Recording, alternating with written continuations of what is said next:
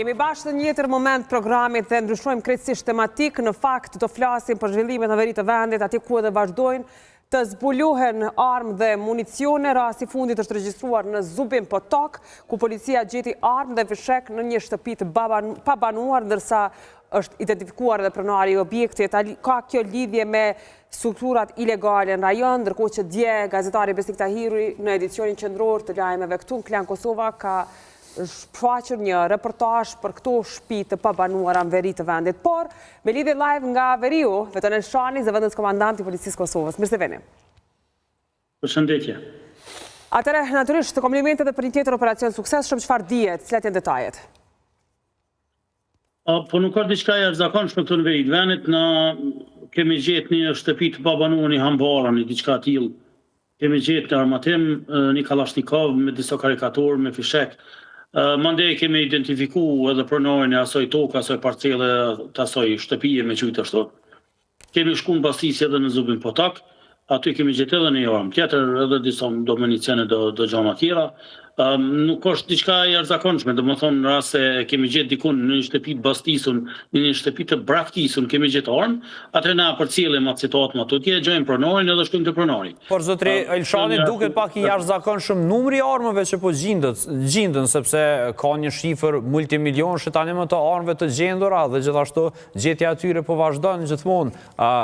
Normalisht fal punës së përkryer që e bën policia e Kosovës. Po në veri të vendit dallimi prej jugut po e quajmë për shembull në Pej ose Gjilan ose Mitrovica jugut ose diçka e tillë, është që në këtë vend ka pas 22 vjet pak ose 23 vjet, ndoshta mungesë kontrollit sikur na që vojmë tash. Edhe armët të cilat gjenden në veri të vendit janë armë luftarake, armë të cilat me siguri kanë qenë këtu edhe para lufte, apo kanë pas mundësi edhe me hy, sepse gjardat e katër rrugë ilegale ka pas mundësi me hy prej postës shpejt, pej letrave e deri te çka do që kanë pas nevojë me hyrën ato. Kështu që kjo në fakt veç është punë normale e policisë, aty ku ka nevojë me hyrë na hyn. Po, zonë Elshani, së fundmi natyrisht ka një lajm se ka pasur në anën tjetër një adresim të ministrit të mbrojtjes, ministrit të punëve të brendshme, për lajmin se ka qenë Serbia që ka bler raketa kineze shkatruese. A e ndjen Kosova frikën? Në aspektin e sigurisë po flas, natyrisht jo saktësisht vetëm për ju për punën tuaj, por edhe për policinë e Kosovës, në emër të policisë Kosovës. Na kemi punën për rend të qetësisë publike, merremi me rujtje të rendit të qetësisë publike, me siguri që këto tema janë për Ministrinë e Mbrojtjes apo manalt atje. Na kemi një detyrë për me pas kujdes për këtë territor të Kosovës, me kujdes për ta, me kujdes për njerëz, me ofru shërbime, dhe ku ka nevojë me reagu. A është shqetësuese kjo? Jo, nuk konsiderojmë që është shqetësuese këtu, e kemi edhe forcat e KFOR-it, e kemi NATO-n, e kemi është problem, nuk e di, po kjo çështje më shumë kërkon analizë tjetër kuj, jo time. Ne jam është me majt vendin, kur vjen pozita me majt, do të me majt.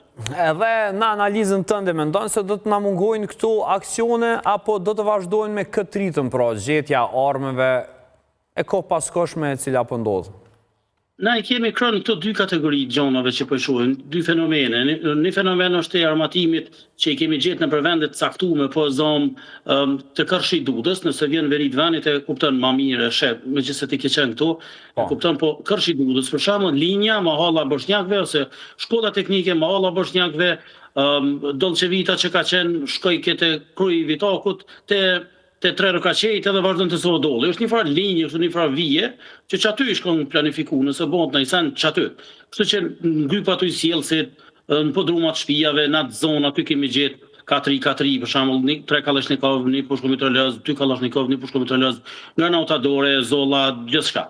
Ndërsa në pjesën prapaske në Knena kemi gjetë për shembull 140 kg eksploziv, armatim gjujtën, armatim që i kanë strehu, i kanë zerë për shtëpive dhe i kanë deponu, i kanë largu, sepse kanë pa rrezikun që ne kemi mundësi me bastis. Që qenë këto dy fenomene, disa armë të cilat janë vendosur aty me qëllim për me bën diçka, edhe tjetra është për me i largu për shtëpive kur ne kemi filluar me bastisje. Po në përgjithësi nuk ka ndonjë rrezik për vetvendit, na jemi të kry punën tonë. Dhe një çështje tjetër, jashtë punës në teren, ju keni edhe ekipin e kibernetikës, nëse po e them sakt, pra, ne e dim se ka pas dy lloj grupesh në Telegram përmes të cilave ka pas edhe një ulëmtim kiksi në fakt për këto grupe ku bëheshin marrëveshjet, informimi dhe gjithashtu marrëveshjet edhe për lëvizjen e armëve. Keni arritur ti çmontoni këto grupe, janë ende funksionale?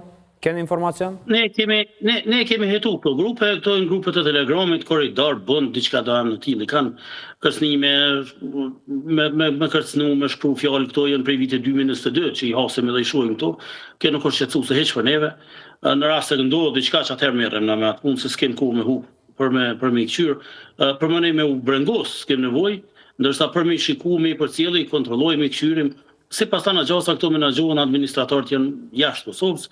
Mirë po, kudo që ne kemi informat që duhet për shembull me ndërhyjnë, me bo diçka tillë, në ndërhyjmë, kem pastisje, bojmë veprime të ndryshme, kem pas arrestime, edhe një siti i cybercrime-it në Prishtinë ka qenë involuar për këto gjona, po nuk janë këto shqetësuese. Mirë, faleminderit që na qetësoni.